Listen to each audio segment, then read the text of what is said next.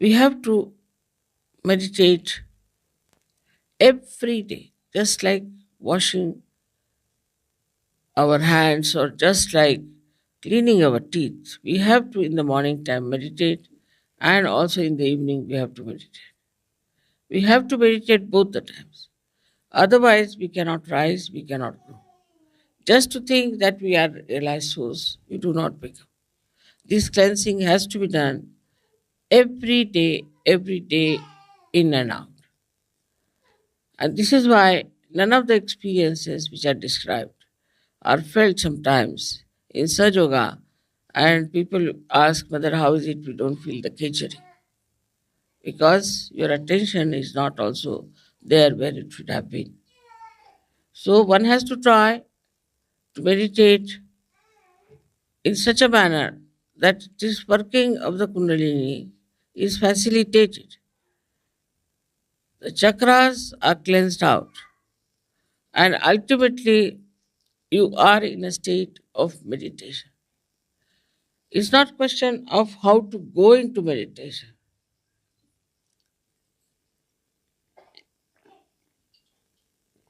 but it's the question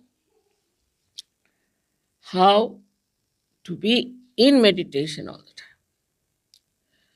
So as you know that Kundalini, when she reaches the Agya Chakra and when she opens Agya Chakra,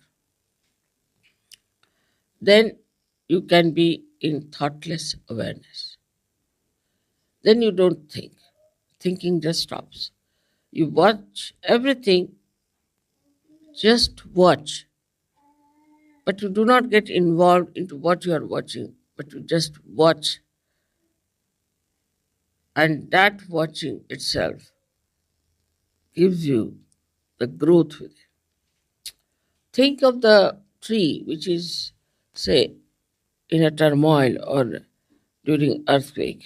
It won't grow.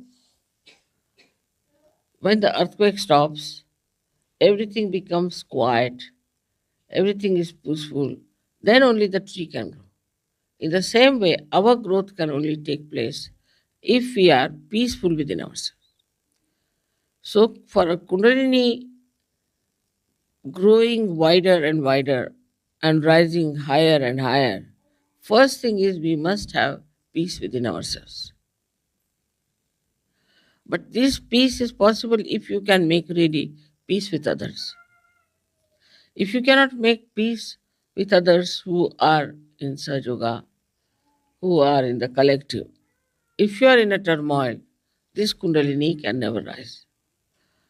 That is why collectivity is so important. Without collectivity, your Vishuddhi cannot open. And without collectivity, you cannot have the growth of your spirituality. It's the growth of the spirituality, as they say, the tree of life is upside down, and the roots are in the brain. And this Kundalini has to go and water that brain as we water the roots. Then it starts flowing downward, and that's how we start expanding. When you start expanding, then you touch the depth of your divinity. And once you have touched the depth of your divinity, then you start working it out in such a manner that people will know that you are yogis, you are people of higher realm, you have something great. It is not how many times you read something, it's not how many times you talk about Sajoga, it's not even how many times you just go on reciting names, but how many times from your heart your pure desire is to ascend. If this pure desire cuts upon you, then the first thing and the last thing you do is to meditate. You can't do without. Even if you try, you can't do it without. If you will sleep without meditating, you think, oh, I have not meditated. Not out of guilt, but I missed something. I missed something. That should happen to us. So this power of Gauri has to be respected because she is our mother. She is our individual mother. She has given us second birth. She is the one who knows all about us. She's so gentle, so kind. How she slowly rises. She doesn't give us trouble. She takes all the trouble of penetrating through these centers and she gives us the second birth. Because she understands everything. She knows everything. She organizes everything. She brings forth all the beauty that you are. Once you start developing that beauty within yourself, then you'll be surprised how powerful you are. Because all these things are of the same nature. Is the truth that you discover is the same as the beauty, is the same as the joy. You don't have to think that joy is separate, truth is different, beauty is different. Because we are not yet at that point, we just take one facet. But once we reach that point, then the whole thing seems to be one. There is no differentiation at all. It's all one. Many facets of a diamond, but it's one diamond. And that diamond is yourself, your spirit. So today is a very great day. We have to thank our mother, our Kundalini, the Gauri, for giving us realization and to know that we have to every time awaken her. Every time we have to expand her and every time to worship her so that we always keep our realization intact and keep our ascent intact. It is this ascent which is going to transform all the human beings. So you have to pray to her that keep us pure, make us pure. She purifies you. Her job is to purify your chakras. So please purify us, make our hearts clean, our minds clean, everything clean, and ultimately keep our connection forever and ever lasting so that we feel this beautiful power of God's love flowing through us. For that, whatever is necessary, we will do. We'll be very much in the collective, we'll sacrifice anything, and also we'll try to be very sensible. We'll try to spread Saj Yoga because when you spread Saj Yoga like a tree, then the depth will grow also. But it has to be done with the same beauty as the awakening of the Kundalini.